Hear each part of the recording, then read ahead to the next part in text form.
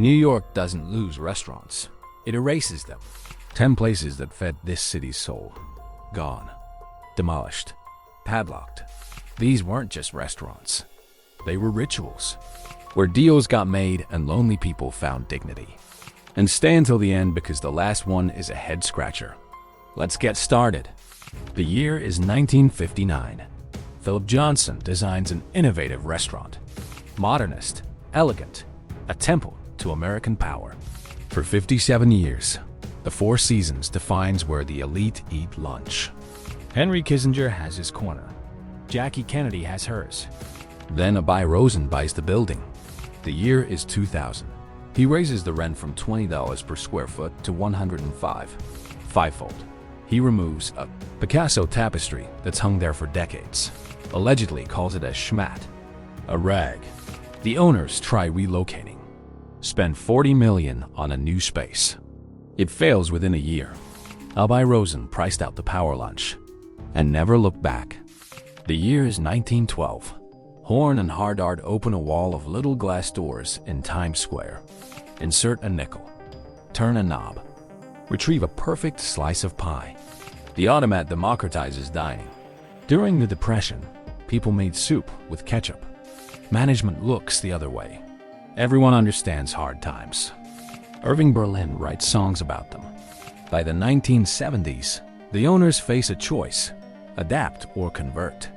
They start replacing Automats with Burger King franchises, their own restaurants, erased by their own hands. The last Automat closes in 1991, 42nd and 3rd. Today, it's a Gap. Horn and Hardart didn't lose to competition. They became the competition. The dignity of the nickel lunch, erased by the people who invented it. The year is 1898.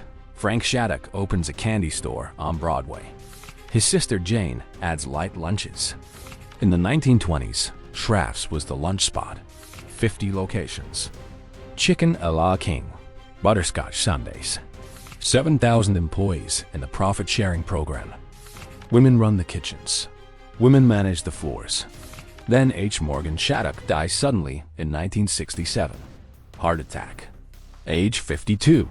No successor understands the brand. The Riese Brothers sweep in. Murray and Irving. They buy 26 locations. They don't preserve. They liquidate.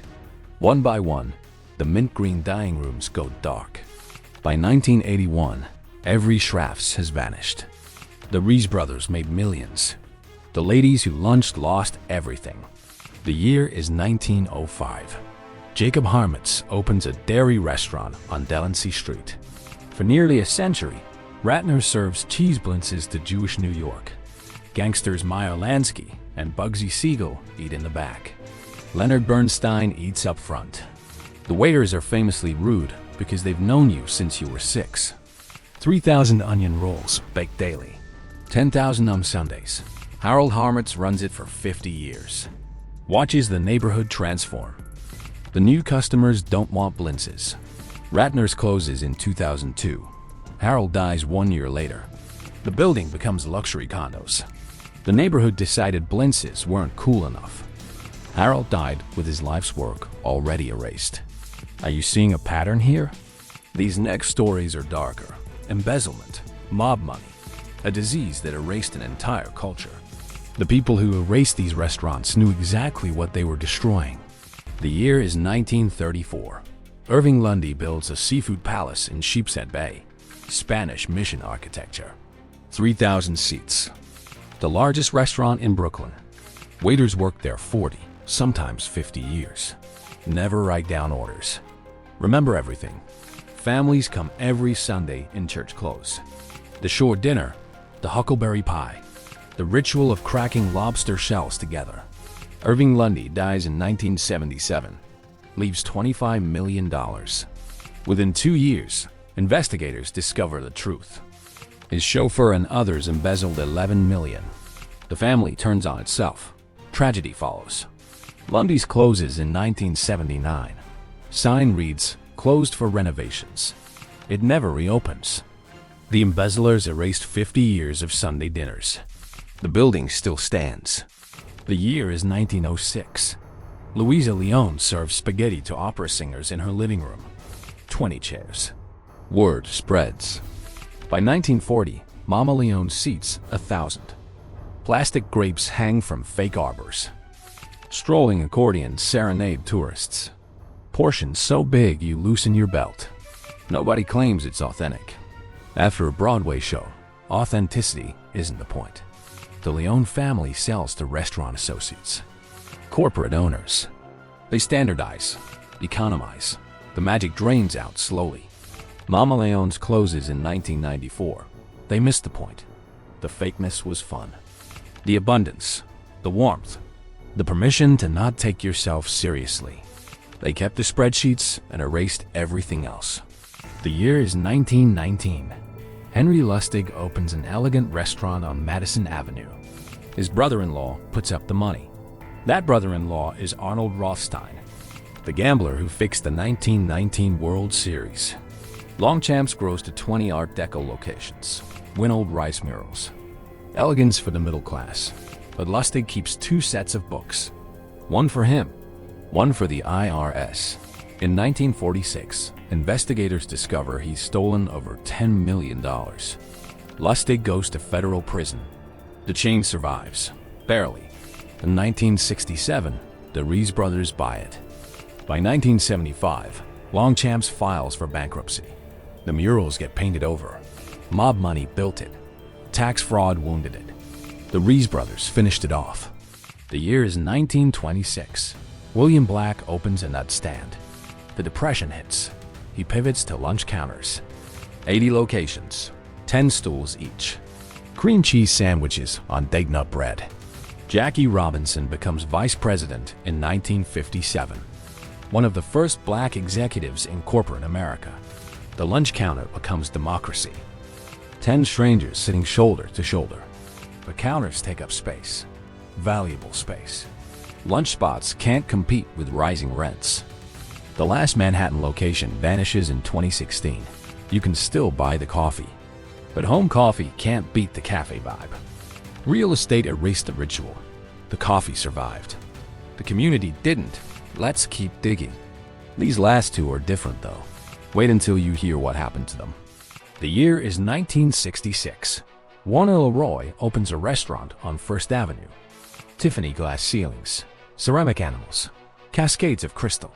1,200 customers a day. Maxwell's Plum becomes ground zero for the single scene. Barbara Streisand, Warren Beatty, young professionals looking for connection. Young New York finally has a place to call its own. Then the 1980s. AIDS emerges. The carefree single scene vanishes overnight. The singles bars empty out. The laughter stops. Leroy closes in 1988, says he isn't having fun anymore. AIDS didn't just take lives. It erased a culture.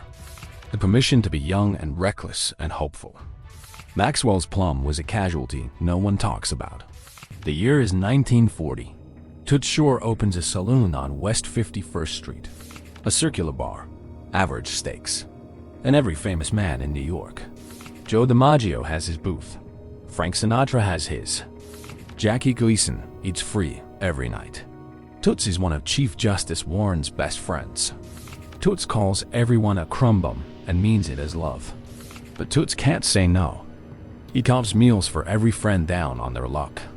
Extends credit to athletes who never pay. Gambles. Ignores the IRS. In 1971, federal authorities padlocked the doors. $269,000 in back taxes. He vows to reopen in 3 weeks. Takes 18 months. The magic never returns. Toots passes away in 1977. Broke. Living at the Drake Hotel on Charity. Hundreds attend his funeral. He didn't lose his restaurant to a landlord. He gave it away. One free meal, one forgiven debt, one act of generosity at a time. Until there was nothing left but the memory of what friendship used to cost. 10 restaurants. 10 pieces of New York someone decided we didn't need anymore. The waiters who remembered your order for 40 years. The ladies in white gloves. The young people who believed romance was one bar stool away. Gone, but not forgotten. What restaurant from New York do you think someone will erase next? Drop it in the comments. Do you like New York history? Check out my designs inspired by my videos. Link in the comments. Like this video and subscribe for more stories of Vanish New York. And if you thought these restaurants disappeared by accident, wait until you hear the next story.